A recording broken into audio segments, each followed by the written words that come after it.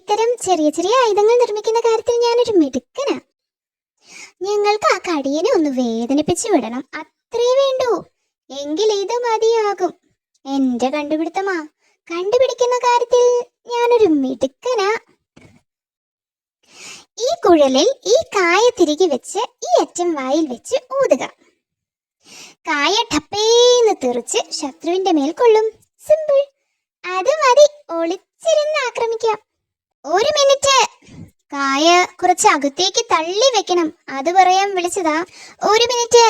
ഊതുമ്പോ തീ കെടുത്താൻ ഊതുന്നത് പോലെ ഊതണം, തീ കത്തിക്കാൻ ഊതുന്നത് പോലെ അല്ല.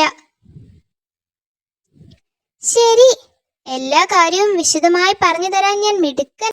1 മിനിറ്റ്. ദേ, പിന്നെയും മിടുക്കൻ വരുന്നു. ശത്രുവിൽ നിന്ന് 5 അടിയെങ്കിലും അകലെ നിന്ന് വേണം ഊതാൻ, അത് പറയാൻ വന്നതാ. വേഗം നടന്നോ ഷേരു, അല്ലെങ്കിൽ ഇനി അങ്ങേര് പിന്നാലെ വരും. കടിയന്റെ ഗുഹയുടെ പിന്നിലെ പൊന്തക്കാട്ടിൽ ഒളിച്ചിരുന്ന് കുഴലൂതാം. ഊതുന്ന കാര്യത്തിൽ ഞാൻ മിടുക്കനാ സൂത്ര. നിങ്ങളെ കാത്തിരിക്കുകയായിരുന്നു. ഒരു കാര്യം പറയാനുണ്ട്. കുഴലൊന്ന് നനച്ചിട്ട് വേണം കായ തിരികെ ഊതാൻ, കേട്ടോടാ. ഇതാര് പറഞ്ഞു? ഇത് പറയാൻ പിന്നാലെ വന്നപ്പോഴേക്കും നിങ്ങൾ പോയി. ഏതായാലും ഇവിടെ കാണുമെന്ന് എനിക്ക് ഉറപ്പായിരുന്നു.